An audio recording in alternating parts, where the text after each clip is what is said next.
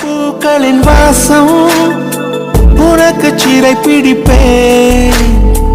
உலர்ந்த மேகத்தை கொண்டு நிலவின் கரை துடைப்பேன்.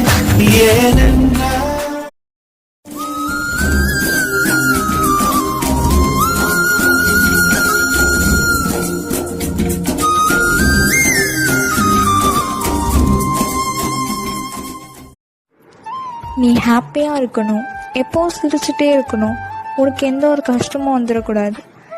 நீ 100 வருஷம் சந்தோஷமாக வாழணுன்ட்டு நான் அந்த கடவுள்கிட்ட வேண்டிக்கிறேன்.